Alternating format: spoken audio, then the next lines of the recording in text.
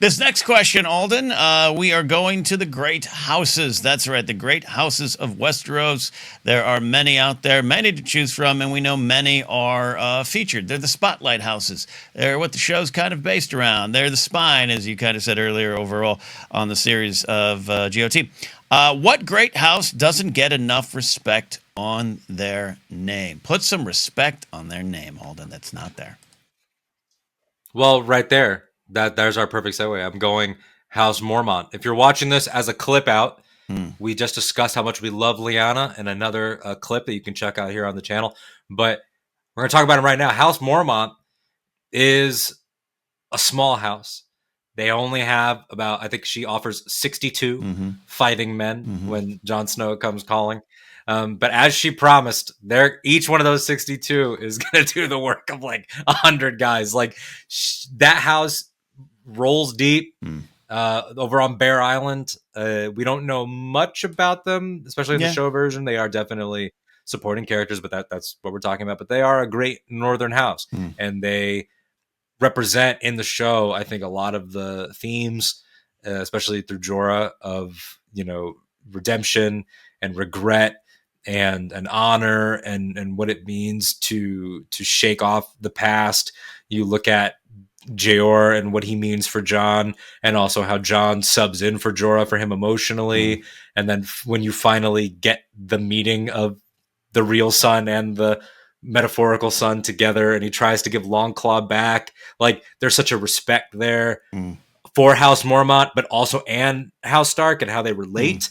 And then Lyanna just sort of seals it of like, yes, she's killed young, and in a better world she would have had a full life and become an old lady, but she represents like the glory of their house, because she sees not just a bad guy, not even just a zombie, a giant zombie. And she's still like, I'm gonna kill that thing. I'm running. Like this house is everything that you want out of a fantasy knight, like embodied in a family. I do love them. I do love those Mormont. That's a great answer. That might be the answer. You're winning today on the answers for our full live show here. But I'm of two minds here, Alden. I'm of two minds. There's Jared the TIE Pilot who asked this question. We're kind of in agreement, but I'm going to play around with it a little bit. I kind of want to answer House Greyjoy, but the reason I want to answer it is if at any point in time the rest of the Seven Kingdoms put any respect on that name, maybe we'd have less problems. House Greyjoy is a house to be reckoned with. They own the sea. That's their bag, man. They pay the iron price. So they're dangerous just on that. We see what happens when they get fed up. And I'm not agreeing with what they did, especially the Second and Winterfell, all that stuff. But you know what? You see what problems. You see what problems. I'm not condoning it. I'm not condoning it. I just say, but you see the problems because they are to be reckoned with. So I think if more people were like, hey, we get it. You guys aren't just seafarers. You can come inland and take our cat. We got it. Let's be nice. Let's be nice. Instead, you're always in rebellion. We always have to send Thoros Amir with his flaming sword through the breach to you. Like we're always dealing with you. You wackos. But I love them. True. I love them. We do not. So yeah. I have an affinity for them. I've said this before, but for those who might be joining, like I played Coach Balon Greyjoy on the web series School of Thrones, and because of that, because I had to watch those scenes so much, I just kind of was like, I like the Greyjoys. And I like Yarn. I like Theon. Yeah. But I wonder just in terms. I like Yara a lot. She's cool. Yeah, especially where she ends, and I was rooting for her and Danny to figure things out. Let's do it. But I think my answer, and they have respect on them. To be clear, I don't think they're lacking respect. Well, it depends. I don't know. I'll just throw it out here, and you say what you say what you say about it here, Alden. I think House Tully. I think House Tully. I agree with rulers of the Riverlands. They're important. They're powerful.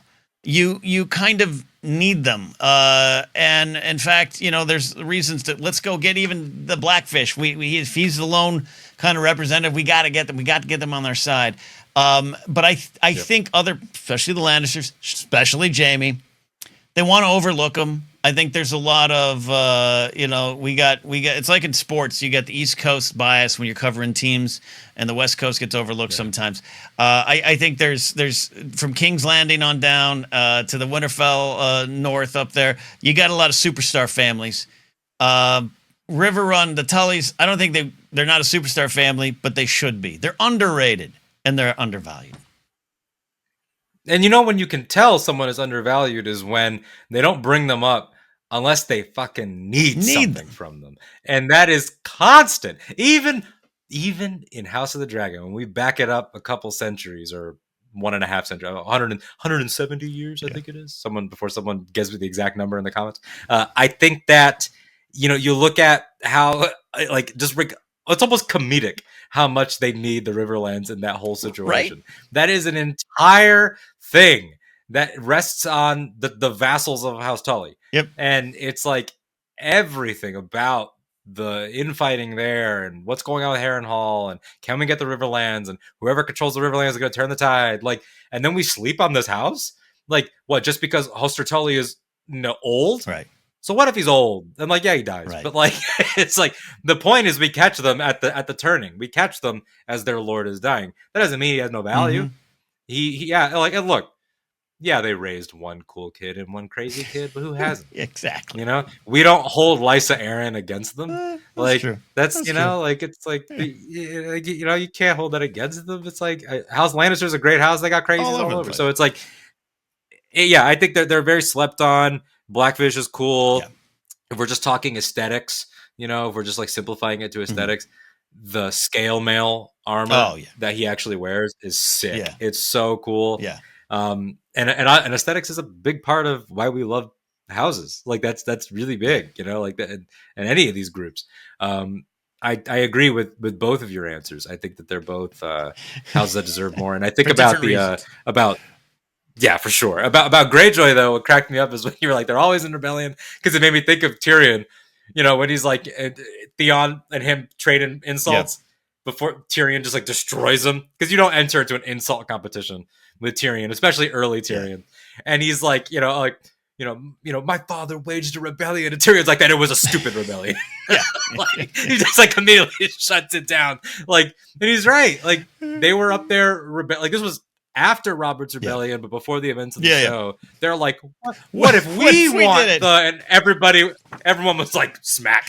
Shut up. We got this crown we fashioned out of driftwood. We're gonna be taken seriously. Yeah, and again, I think maybe if there are dozens of this us. Is you got the friend that you just all right, just invite them to the party, just make them feel like they're wanted, and we'll have less drama. That's the Greyjoys. Tullys and the Riverlands, everything. Yeah, you're right. So Brendan, and I think part of that comes, again, we're looking through the eyes of the show, which is for the most part what we do here in Casterly Talk. We do talk about the books when appropriate, but I think through the show, it is. I'm going to say it's. I don't think the show is, but I think the show is kind of stumbling onto some sexism here, where I think you look at House Tully because that is Ned Stark's wife's house. And it's she married into his family. And so you kind of you might just instinctively look down on them. And I think that's one of the reasons I want to prop up House Tully a little bit more. They are to be reckoned with. Yeah, absolutely. Indeed. There you go. Indeed. Yes, everybody. Thank you, Eddie. Like the video. Like the video. If you're watching this as a clip, like the clip.